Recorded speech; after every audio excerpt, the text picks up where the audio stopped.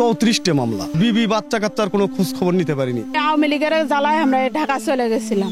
এই সংগঠন করতে গিয়ে 44টা মামলা। যার জন্য নির্বাচনে মামলা খালাম ও আমাদেরকে চিনেই না। তৃণমূল পর্যায়ের এই ব্যক্তিরা কেউই বড় কোনো পদে থাকার নেতা নন। নিতান্তই দলকে ভালোবেসে দলের আদর্শকে লালন করে আন্দোলন সংগ্রামে রাজপথে লড়াই করা কর্মী মাত্র।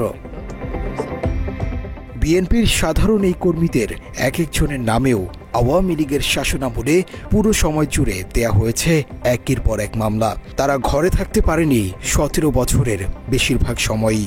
তাদের গোটা পরিবারকেও কাটাতে হয়েছে চরম দুর্ভোগে। এমনকি পরিবারের কোনো সদস্য মারা গেলে দিতে পারেনি মাটিও।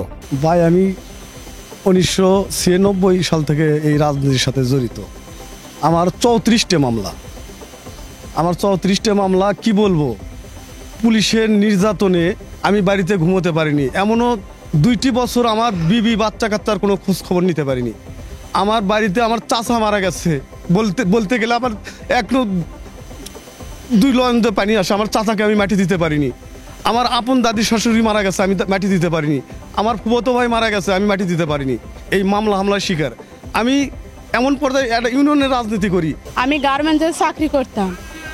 এই আওয়ামী লীগের জ্বালায় আমরা ঢাকা চলে গেছিলাম। যাওয়ার পর আমি তা বাদেও ছিলাম বাড়িতে। এই আওয়ামী লীগের জ্বালায় থাকতে পারি না। আমার 4টা গরু আছিল, এই 4টা গরু বিক্রি করে আমার স্বামীকে আসামি করছিল। এরা সেই 4টা গরু আমার এরা নোট করে নিয়ে যায়। এই আসামিতে আমার স্বামীকে আমরা নিয়ে খালাস করে নিয়ে আসছি। আমি বিগত 40 বছর হলো রাজনীতির সঙ্গে সম্পৃক্ত। প্রথমেই ছাত্রদল, তারপরে যুবদল, তারপরে কৃষক দলের বর্তমান সভাপতি আমি। তো আগে 2006-এর পর থেকে এই পর্যন্ত আমার 2টা মার্ডার সহ 44টা মামলা এই দল করতে গিয়ে। এই সংগঠন করতে গিয়ে আমার ইউনিয়নের 110 জন লোক নিয়ে আমরা 18 সালে সারেন্ডার করি।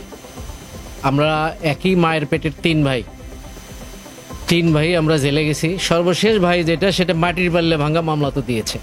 অন্যদিকে ফ্যাসিস্ট হাসিনার ঘনিষ্ঠ হিসেবে পরিচিত এক্সিম ব্যাংক ও আলোচিত নাসা গ্রুপের চেয়ারম্যান নজরুল ইসলাম মজুমদার, সাইদুর রহমান, অবসরপ্রাপ্ত মেজর নুরুল আফসার, কাজী রফিকুল ইসলাম এই 4 বন্ধু একসাথে শুরু করেন রিয়েল এস্টেট ব্যবসা।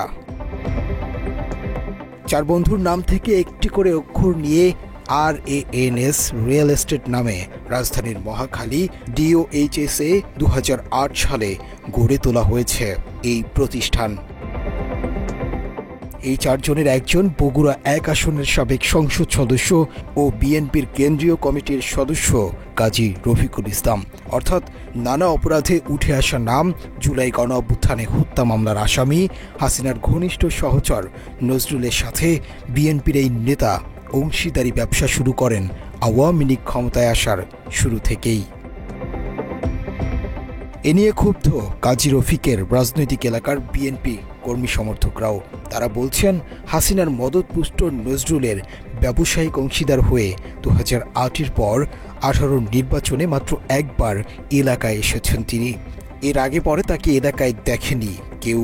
গোয়েন্দা প্রতিবেদন বলছে, বিগত ফ্যাসিস্ট সরকারের আমলে আন্দোলনে কোনো ভূমিকা ছিল না কাজী রফিকের। কোনো থানায় তার নামে নেই একটি মামলাও। অথচ সম্প্রতি নির্বাচনী আমেজ শুরু হওয়ায় বেড়েছে রফিকের তৎপরতা। আমাদের এই যে আপনার 2000 কত সালে যেন 1 সালে কাজী রফিক সাহেব এমপি হয়েছিল, আমাদের কোনো খোঁজ খবরই রাখেনি।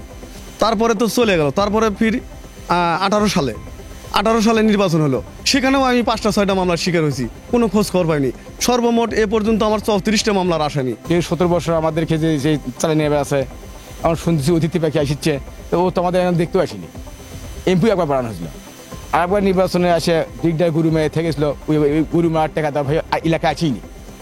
তা আমাদের তো তার তো দোকান নেই, তাই আমাকে দেখাশোনা করে, তাই আমাকে 2018 সালে যে যার জন্য নির্বাচনে মামলা খালাম, সে মামলা তো দেখভাল তো দূরের কথা, একটা ফোনে যে শান্তনামূলক যে কথা বলবে, জেল গেটে যে একটা দেখা করবে, কোনো খোঁজ খবর ও আমাদেরকে চিনেই না। আমার কেন্দ্রীয় নেতৃবৃন্দের কাছে অনুরোধ, এমন ব্যক্তিকে যদি নমিনেশন দেওয়া হয়, আমরা জনগণের কাছে যেতে পারবো না, ভোট তার জন্য যেতে পারবো না। জনগণের কাছে গেলে তার তো ইয়ে করবে না, আমাদেরকে ওখান থেকে অপদস্থ হয়ে আসতে হবে। পাবলিক তো তার কথা শুনতেই পারছে না, এবং ভোট তো তার তো দেবেই না, ভোট সেন্টারে যাবেই না। আমরা নিরুপায়, অসহায়, আমরা কোন মুখ দিয়ে তার কাছে যাব? মাত্র 30% টাকায় জমির মালিক হয়ে নতুন বাংলাদেশের গড়ে তোলার স্বপ্ন দেখা বাংলা বসতি। এদিকে বাংলা এডিশন টিমের অনুসন্ধানে বেরিয়ে এসেছে নজরুল রফিকুল সিন্ডিকেটের বিরুদ্ধে ভয়ঙ্কর সব তথ্য। জয়েন্ট স্টক কোম্পানি অধিদপ্তরের দেয়া তথ্য বলছে 2008 থেকে 15 পর্যন্ত রান্স রিয়েল এস্টেটের মালিকানায় ছিলেন কাজী রফিক নজরুল মজুমদার, সাইদুর রহমান, নুরুল আফসার এবং তাদের সহধর্মিণীরা। 2015 সালের ফেব্রুয়ারিতে নজরুল ও তার সহধর্মিণী নিজেদের শেয়ার হস্তান্তর করেন সাইদুরের কাছে। এরপর থেকে বাকিরা থাকলেও রান্স রিয়েল এস্টেটের প্রধান ব্যক্তি হয়ে ওঠেন বিএনপি নেতা কাজী রফিকুল ইসলাম। তবে 2008 থেকে 15 পর্যন্ত রান্সের সাথে রাজধানীর বিভিন্ন এলাকায় চুক্তিবদ্ধ হওয়া জমির মালিকরা বলছেন, চুক্তি হলেও নাসা গ্রুপের চেয়ারম্যান নজরুলের প্রভাব কাজে লাগিয়ে বছরের পর বছর ধরে কেবল সাইনবোর্ড টানিয়ে রাখা ছাড়া আর কিছুই করেনি কোম্পানিটি। আমাদেরটাও তো সে নিয়েছিল, পরবর্তীতে সেটাও সে ওরকম কোনো কাজ করে নাই। কতদিন হয়েছে? তাও হয়তো এরকম 10-15 বছর তো হবেই। 10-15 লেনদেন হয়েছে এর মধ্যে। আমার বাবা মারা গিয়েছেন ধরেন 2011 সালে, ওইটাও ওইরকম 2010 সালের দিকে ওনাদের, ওইটাও ওই সময় সে এগুলো নিয়েছিল। গুলশানের আরেক ভুক্তভোগী জানালেন, কেবল চুক্তি নয়, বছরের পর বছর ধরে তাদের বাড়িটি দখল করে নজরুলের নাসা রিয়েল এস্টেট এর অফিস চালানো হয়েছে। দেয়া হয়নি কোনো ভাড়া, আর বাড়ির বাইরে ঝুলিয়ে রাখা হয়েছে রান্স রিয়েল এস্টেটের বিশাল বিলবোর্ড। নাসা রিয়েল এস্টেটের অফিস গত বছরে মার্চের টিকে ওনারা বন্ধ করে রাখছেন। এখানে লেফটেন্যান্ট কর্নেল সিরাজ সাহেব বসছেন, তো ওনাদের সাথে আমার কোনো চুক্তি নাই। ওনারা এখানে কেন বসছেন এটা যে নাস রিয়েল এস্টেট বুঝতে পারে। তারা তো গত 16 বছর ধরে আমাকে বাড়ি ভাড়া দেয় না, গত 6 বছর ধরে পানি বিল, ইলেকট্রিসিটি বিলও দেয় না। তো এখন ওদের অফিস যেহেতু বন্ধ, তো কয়েকজন সিকিউরিটি গার্ড আছে, এই জন্য আমি পানি বিল আর ইলেকট্রিসিটি বিল নিও না, বন্ধ করে দিইনি, কারণ ওরা গরিব মানুষ, ওরা থাকছে, এই জন্য আমি আর ওটা বন্ধ করিনি। আমি এখানে গার্ডের চাকরি করি। গার্ডের চাকরি করেন এই নাসা গ্রুপে? জি না, নাসা গ্রুপে আমরা চাকরি করি হলে এখানে রেন্স রিয়েল এস্টেট। কতদিন যাবত চাকরি করেন? 3 বছর এরকম হবে। 3 বছর ধরে আপনি এখানে আছেন? না, আর একজন আছে, উনি চুল কাটতে গেছে।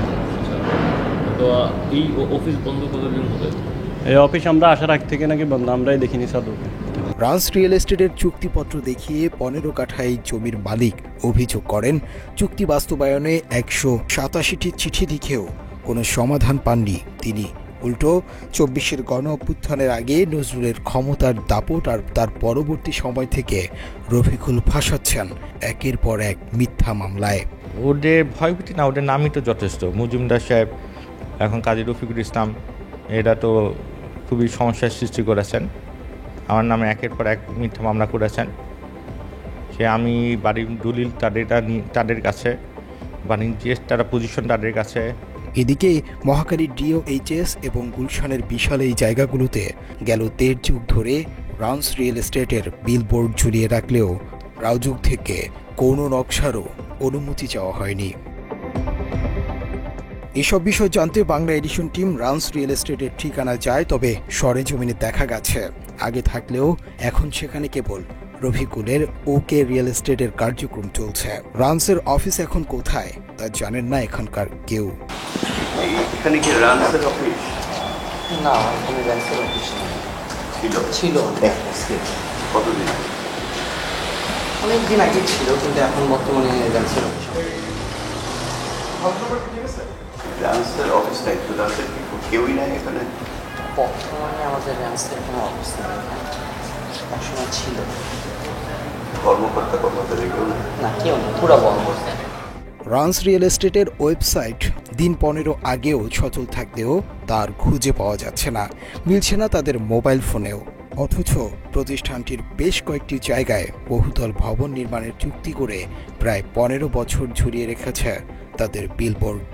এই অবস্থায় রিহ্যাব জানায় অভিযোগ দিলে ব্যবস্থা নিবে তারা। আসলে রিহ্যাবের সদস্য কিনা, যে ওকে রিয়েল এস্টেট বা রান্স, এরা কি আপনাদের সদস্য? হ্যাঁ, আচ্ছা, আপনাদের সদস্য। তাহলে এই ক্ষেত্রে আপনাদের আসলে করণীয় কি? এই ক্ষেত্রে আপনি হচ্ছে যে আমাদের মেডিয়েশন সেল আছে, আমাদের একটা আলাদা ডিপার্টমেন্টে আছে, ওখানে অভিযোগ দিতে পারবেন। অভিযোগের প্রেক্ষিতে পরবর্তীতে আপনারা ব্যবস্থা নিতে পারবেন। এদিকে রান্সের খোঁজে গিয়ে পাওয়া ওকে রিয়েল এস্টেটের তথ্য যাচাইয়ে তাদের ওয়েবসাইটে প্রবেশ করলে দেখা যায় প্রতিষ্ঠানটির মালিক কাজী রফিক, তার স্ত্রী এবং তার 3 মেয়ে। তাদের সম্পন্ন হওয়া প্রকল্পের তালিকায় DOHS এর এই বহুতল ভবনের নাম ঠিকানা উল্লেখ থাকলে সেখানে গিয়ে দেখা যায় তাতে ওকে নয় ডেভেলপার কোম্পানি হিসেবে লেখা রান্স রিয়েল এস্টেটের নাম।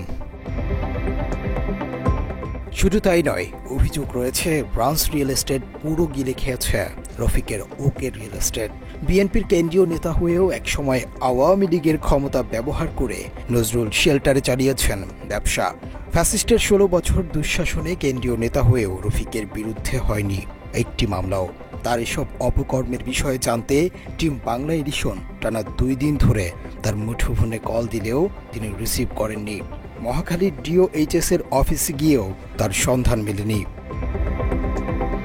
অভিযোগ রয়েছে কাজী রফিক তার অন্যতম ব্যবসায়িক সহযোগী ও বন্ধু নাসা গ্রুপের চেয়ারম্যান নজরুলের সাথে আওয়ামী শাসনামলে নানা সুবিধা ভোগ করেছেন। আর এখন আওয়ামী লীগ পতনের পর নজরুল ইসলামের চেহারায় দেখা যাচ্ছে এই কাজী রফিককে। রফিকুল ইসলামের আপন ভাই রঞ্জু কাজীও আওয়ামী লীগের রাজনীতির সাথে জড়িত। অন্যদিকে রফিকের বন্ধু নজরুল ছিলেন আওয়ামী লীগের প্রভাবশালী ব্যক্তি। আওয়ামী লীগের ক্ষমতাকে ব্যবহার করে করেছে হাজার হাজার কোটি টাকার অবৈধ সম্পদ। তার বিরুদ্ধে 2025 সালের 17 ফেব্রুয়ারি প্রায় 782 কোটি টাকা অবৈধ সম্পদ সঞ্চয়ের অভিযোগে মামলাও করেছে দুর্নীতি দমন কমিশন। এর আগে মজুমদার ও তার পরিবারের সদস্যদের নামে যুক্তরাজ্যে থাকা প্রায় 600 কোটি টাকার সম্পদ ক্রোকের আদেশ দেয় আদালত। নাসা গ্রুপের ওয়েবসাইটে গিয়ে রান্স রিয়েল এস্টেটের নাম মিললেও ঠিকানা দেয়া যুক্তরাজ্যের।